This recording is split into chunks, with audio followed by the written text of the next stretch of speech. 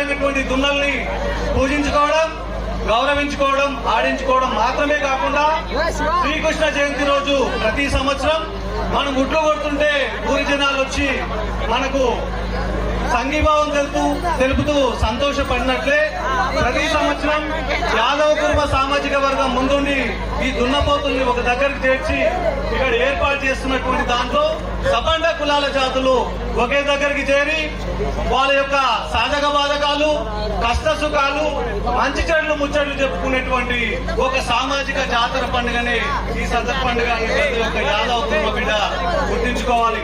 మన బిడ్డలు గతంలో వెనుకటి కాలం నుంచి ఇప్పటి వరకు మన బిడ్డలు ప్రకృతితో సహవాసం చేస్తూ ఇల్లు వాకిలి వదిలిపోయి జనజీవాన్ని వదిలిపెట్టి జీవులతోన సంచారం చేస్తూ ఈ మన సాటి మనుషుల యొక్క అవసరాల కోసం తమ జీవితాలని త్యాగం చేస్తూ మూగ జీవాలతోన సోప చేసినటువంటి యాదవ బిడ్డలు ఈరోజు దేశంలో పశు సంపదలో గాని, పాల ఉత్పత్తిలో గాని, మాంసం ఉత్పత్తిలో గాని ప్రపంచ దేశంలోనే భారతదేశాన్ని అగ్రగామిగా నిలబెట్టినటువంటి ఘనత యాదవులది.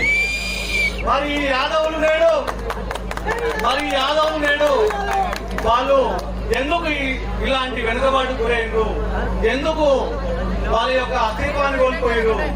ఎంతో క్రమశిక్షణ కలిగినటువంటి యాదవులు భారతదేశానికి నాగరికత నేర్పి ఈ రోజు సమాజంలో అనేక సామెతలతో ఉన్న యాదవులు ఎందుకు వివక్ష గురవుతున్నారు, అంటరానితనానికి గురవుతున్నారు?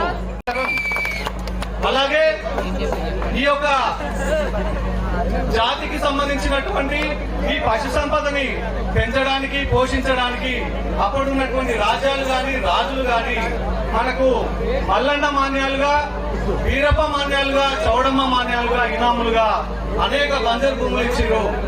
మన యొక్క పెద్దలు ఈ పశు సంపదని కాపాడడం కోసం మరి ఆ భూములని నోరు కట్టుకొని కాపాడితే మరి ఆ భూములు ఇప్పుడు అన్యక్రాంతం అవుతున్నాయి. ఈ సదర్ పండుగ సాక్షిగా, ఈ దున్నపోతుల సాక్షిగా మనకిచ్చినటువంటి ఆ బంజరు భూములు, మన దేవుని మాన్యాలు ఇప్పుడు ఎక్కడ వెళ్ళిపోయినాయి అని ప్రతి ఒక్క యాదవ బిడ్డ, బీసీ సామాజిక వర్గం, ఎస్సీ సామాజిక వర్గం ఆలోచన చేయాలని చెప్పేసి, అలాగే స్వాతంత్రం వచ్చిన తర్వాత 1950లో రాజ్యాంగం వచ్చింది. రాజ్యాంగం వచ్చిన తర్వాత అంతకుముందు ఇచ్చినటువంటి భూములకు సంబంధించిన పట్టాలు 1970, 1990 దశకంలో మనకు పట్టాలు ఇచ్చారు. చట్టం ద్వారా మనకు పట్టాలు ఇచ్చారు.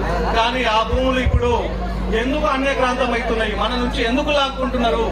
ఇక్కడ చూసుకుంటే ప్రాజెక్టుల పేరిట గాని, పరిశ్రమల పేరిట గాని, సెజ్ల పేరిట గాని, అభివృద్ధి పేరిట గాని యాదవ భూములే కాకుండా మిగతా అణగారిన వర్గాల భూములను ఇట్లా ప్రభుత్వం గుంజుకుంటుంది. వాళ్ళకు సరైన పరిహారం ఇవ్వలేకపోతుంది.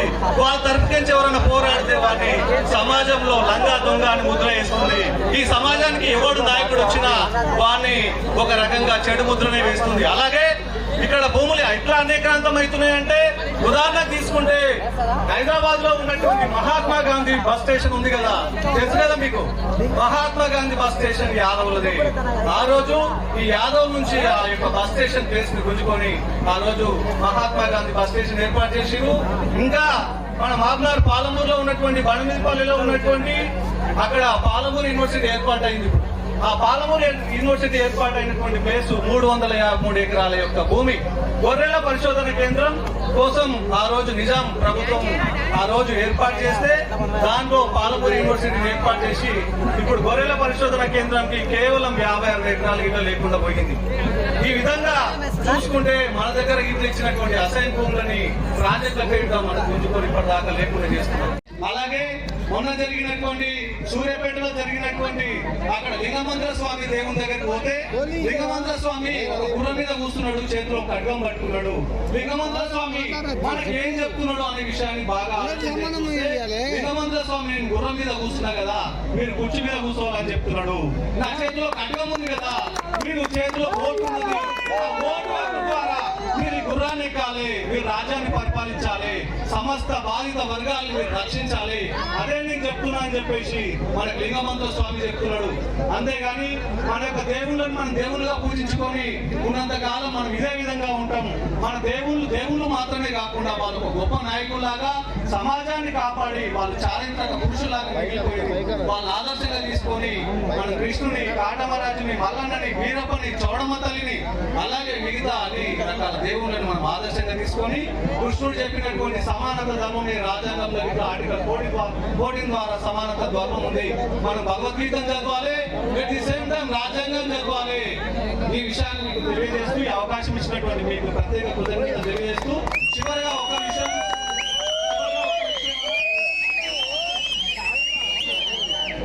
ఒక విషయం యువత చైతన్యం కావాలని ప్రతి గ్రామంలో ప్రతి పెద్ద మనుషులు ప్రతి సంఘాలు చెప్తున్నారు.